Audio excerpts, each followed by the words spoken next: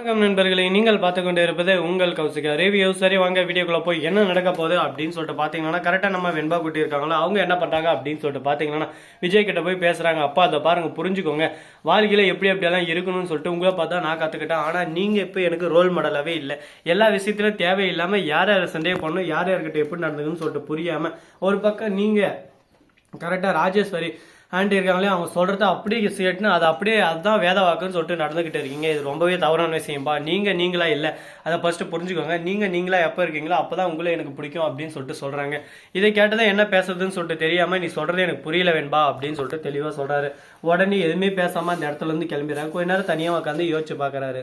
Thinking எல்லாமே ஒரு பக்கம் டிஃப்ரெண்ட்டாக இருக்குங்க. அவரும் யோசிச்சு பார்த்துன்னு இருக்காரு. ஒன்றுமே புரியல. சரி, ஓகே, நடந்த வரைக்கும் மகிழ்ச்சி. அடுத்து என்ன பண்ணலாம் அப்படின்னு சொல்லிட்டு திங்க் பண்ணிருக்காரு.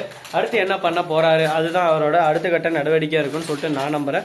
நீங்கள் என்ன நினைக்கிறீங்கன்றத மறக்காம கமெண்ட் செக்ஷனில் சொல்லிவிட்டு போங்க. சரி, அது மட்டும் இல்லாமல் அதே சமயத்தில் மறுபக்கம் என்ன நடக்குதுன்னு சொல்லிட்டு பார்த்தீங்கன்னா, கரெக்டாக நம்ம வெண்பா குட்டி இருக்காங்களா, மல்லியம்மா கிட்டையும் போய் பேசுகிறாங்க. அதை பாருங்க, மல்லியம்மா அப்பாவை பற்றி எனக்கு நல்லாவே தெரியும். அப்பா இது வரைக்கும் இப்படி இருந்ததில்லை. எல்லாத்துக்கும் காரணம் அந்த ராஜேஸ்வரி அம்மா தான்.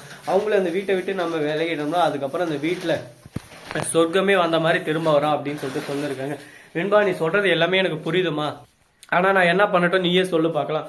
இந்த வீட்டில் அவங்களோட ராஜ்யம் தான் அதிகமாக இருக்குது. இதுக்கு மேலே என்னால் தாக்கு பிடிக்க முடியாது. நானே இந்த வீட்டை விட்டு போயிடலாம் அப்படின்னு சொல்லிட்டு ஒரு முடிவோடு இருக்கேன். இந்த கோளிலே வெளுத்து போடுவோம். ஒழுங்கு மரியாதை எப்படி இருக்கணுமோ அப்படி இருந்துக்குவாங்கன்னு சொல்லிட்டு உடனே மிரட்ட ஆரம்பிச்சிடறாங்க. மிரட்டின உடனே என்ன பண்ணுறது ஏது பண்ணுறதுன்னு சொல்லிட்டு தெரியாமல் சைலண்டாக ஒரு பக்கம் மௌனமே சிறந்ததுன்னு சொல்லிட்டு அமைதியாக இருக்காங்க.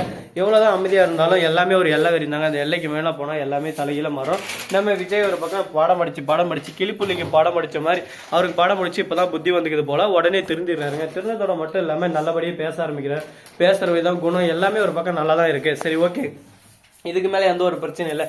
இதுக்கு மேலே நாம தாண்டா எல்லாம் அப்படின்ற மாதிரி ஒரு கிங் ஆஃப் த மேன் மாதிரி இருக்காரு. அதை பார்க்கும்போது நமக்கு ஒரு பக்கம் சந்தோஷமா, ஒரு பக்கம் புத்துணர்ச்சியாக இருக்குது. எப்படியோ ஒன்றுடப்பா மகிழ்ச்சியாக இருக்குது, மனசுக்கு சந்தோஷமா இருக்குது, நிறைவாக இருக்குன்னு சொல்லிட்டு நம்ம சொல்லிக்கிட்டே போகலாம். ஆனால் இருந்தாலும் இதில் என்னென்ன பிரச்சனைகள்லாம் வரப்போகுது, இதெல்லாம் வரப்போகுது அப்படின்றத கூடிய விரைவில் கூடிய சீக்கிரம் நீங்கள் பொறுத்து வந்து தான் பார்த்தா தான் தெரியும். ஏன்னா அவ்வளோ சீக்கிரம் நம்ம சொல்ல முடியாதுங்கள. எந்த பிரச்சனை எந்த ரூபத்தில்னாலும் வரலாம். அது எதையும் நம்ம சொல்ல முடியாது. அதனால குறிப்பிட்ட நேரம் குறிப்பிட்ட காலம்னு அதுக்குன்னு ஒன்று இருக்குது. அந்த நேரம் காலம் அதுபடி தான் எல்லாமே சிறந்த முறையில் நடந்தாகும். அதுக்கான நேரத்தை நானும் ஒரு பக்கம் ரொம்பவே ஆவலாக காத்துன்னு இருக்கேன். சரி, பார்ப்போம் இன்னும் என்னென்ன நடக்க போகுது, இது நடக்க போகுதுன்னு சொல்லிட்டு. சரி, ஓகே ஃப்ரெண்ட்ஸ், இது மட்டும் இல்லாமல் உங்களுக்கு இன்னொரு குட்டி கதை சொல்லலாம்னு ஆசைப்படுறேன். அது என்னடான்னு சொல்லிட்டு பார்த்தீங்கன்னா, இவ்வளோ நேரம் சொல்லி கழுத்தது போதாடா, இதுக்கு மேலே என்னடா கதை அப்படின்னு சொல்லிட்டு பார்த்தீங்கன்னா, கரெக்டாக நம்ம ராஜேஸ்வரி இருக்காங்களே, அவங்களோட ஹஸ்பண்ட் வீட்டுக்கு வராருங்க. யாரா ராஜேஸ்வரியோட ஹஸ்பண்டா, அட்டா அவனா நல்லவனடா அப்படின்னு சொல்லிட்டு பார்த்தீங்கன்னா, அவன் கருத்துல கேட்டு கேட்டால் உள்ள மாதிரி முடிச்சு வைக்கிங்க. அவன் வந்தானா இன்னும் ஊட்ட அப்படியே சும்மா ரணகாலமாக மாற்றி விட்டு போயிடுவான். அப்படியே பட்டவன். இவங்க ரெண்டு பேர் சேர்ந்து அந்த ஊட்ட ஒழிக்கிறதே அப்படின்னு சொல்லிட்டு எல்லாம் நினச்சுன்னு இருப்பீங்க. ஆனால் அவங்க வீட்டுக்கு ரொம்பவே நல்லவருங்க. தங்கமான ஒரு மனசுலையும் சரி, புத்திலையும் சரி, குணத்திலையும் சரி, எல்லாத்துலேயும் பர்ஃபெக்டான ஆளுன்னு சொல்லிட்டு சொல்லலாம். இவங்க ராஜேஸ்வரிக்கு ஹஸ்பண்டாக கிடைச்சது. ராஜேஸ்வரி தான் ரொம்பவே கொடுத்து வச்சிருக்கணும். இவரு ஆனால் ரொம்பவே பாவம். ஸோ நண்பர்களே, இந்த வீடியோ பிடிச்சிருந்தா லைக் பண்ணுங்க, கமெண்ட் பண்ணுங்க, ஷேர் பண்ணுங்க, டிண்டிங் பெல்லை தட்டி விட்டு போங்க. அப்பதான் நான் போற அடுத்த வீடியோ உங்களுக்கு உடனுக்குடன் நோட்டிபிகேஷன் வந்து கொண்டே இருக்கும். மிக்க நன்றி. தேங்க்ஸ் ஃபார் வாட்சிங். Tata, see you. நன்றி, வணக்கம், வந்தனம், வருக தருக. நன்றி, வணக்கம், வந்தனம், வருக தருக.